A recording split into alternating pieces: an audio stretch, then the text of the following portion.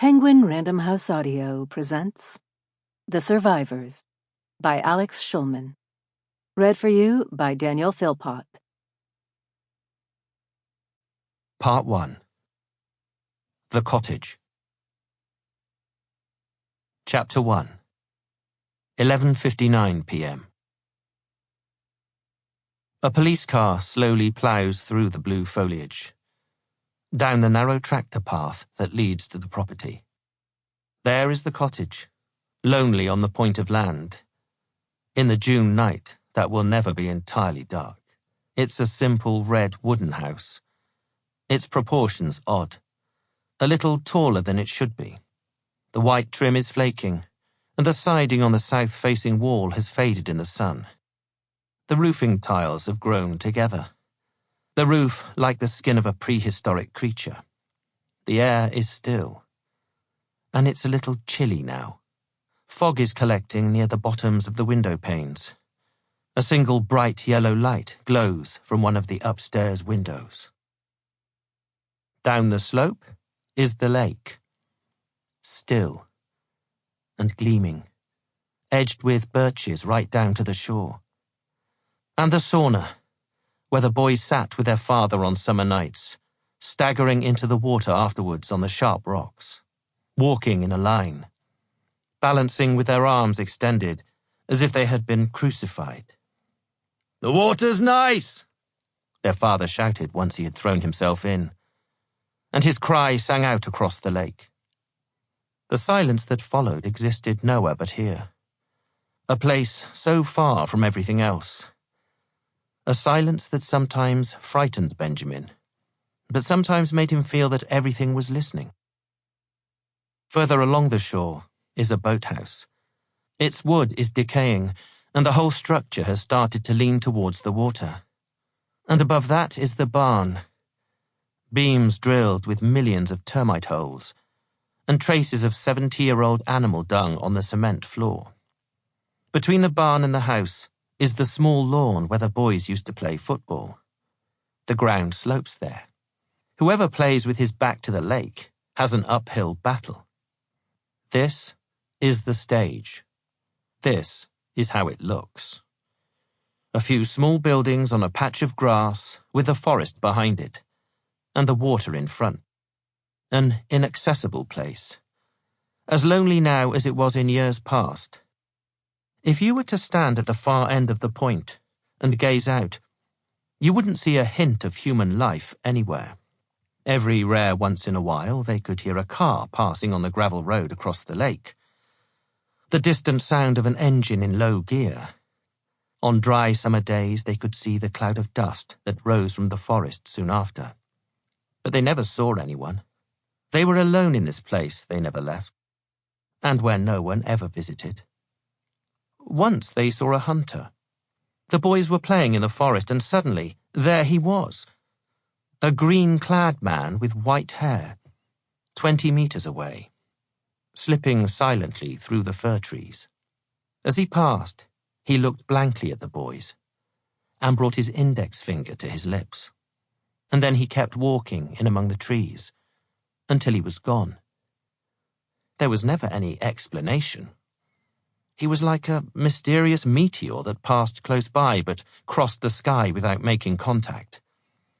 The boys never talked about it afterwards, and Benjamin sometimes wondered if it really happened. It's 2 hours past dusk.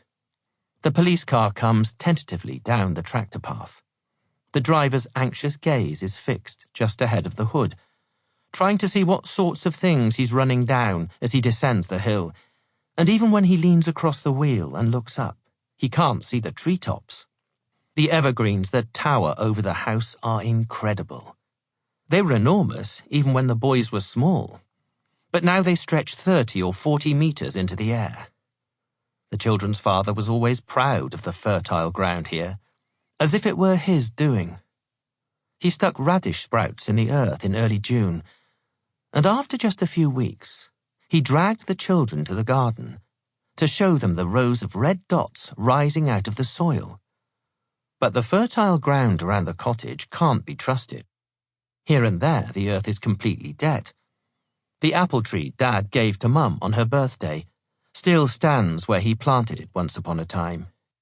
But it never grows, and it gives no fruit.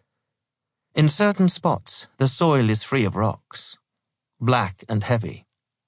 In others, the bedrock is just beneath the grass. Dad, when he was putting up a fence for the chickens, when he dragged the poker through the earth, sometimes it followed gentle and dull through the rain-heavy grass. Sometimes it sang out just below the ground, and he gave a shout, his hands vibrating with the resistance of the rock. The police officer climbs out of the car. His practiced movements, as he quickly turns down the volume, muffling the strange chattering of the device on his shoulder. He's a big man. The dinged, matte-black tools hanging at his waist make him look grounded somehow. Their weight pulls him down to the crust of the earth. Blue lights across the tall trees.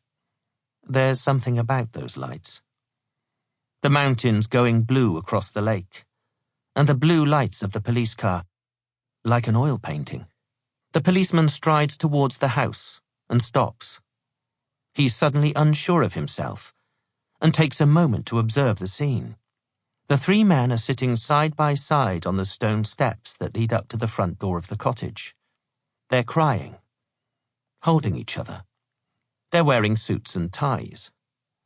Next to them on the grass is an urn. He makes eye contact with one of the men who stands. The other two remain seated, still in each other's arms.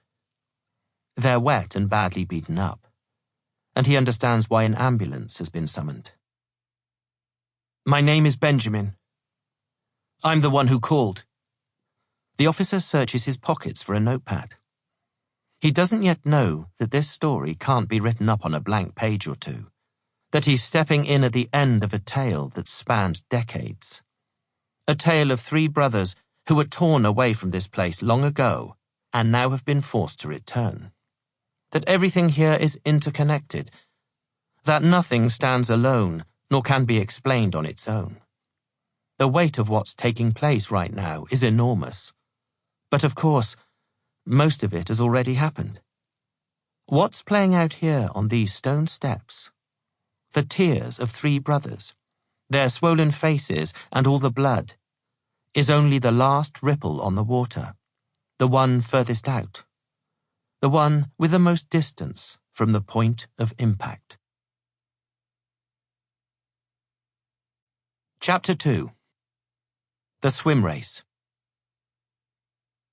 Each evening, Benjamin stood at the water's edge with his net and his bucket, just up the shore from the little embankment where his mother and father sat. They followed the evening sun, shifting table and chairs a few meters whenever they landed in the shade, moving slowly as the evening went on. Under the table sat Molly, the dog, watching in surprise as her roof disappeared, then following the outfit on its journey along the shore. Now his parents were at the final stop, watching the sun sink slowly behind the treetops across the lake. They always sat next to each other, shoulder to shoulder, because both of them wanted to gaze out at the water.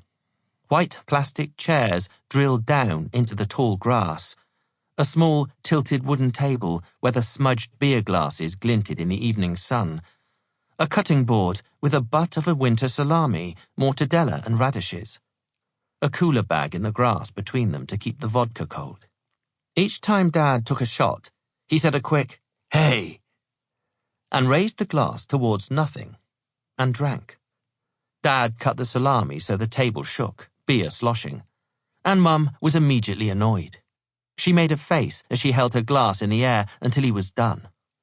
His father never noticed any of this, but Benjamin did. He made note of every shift of theirs. He always kept a distance that allowed them peace and quiet, even as he could still follow their conversation, keep an eye on the atmosphere and their moods. He heard their friendly murmurs, utensils against porcelain, the sound of one of them lighting a cigarette, a stream of sounds that suggested that everything was fine between them. Benjamin walked along the shore with his net, gazing down at the dark water. Now and again, he happened to glance directly at the reflection of the sun, Sample complete. Ready to continue?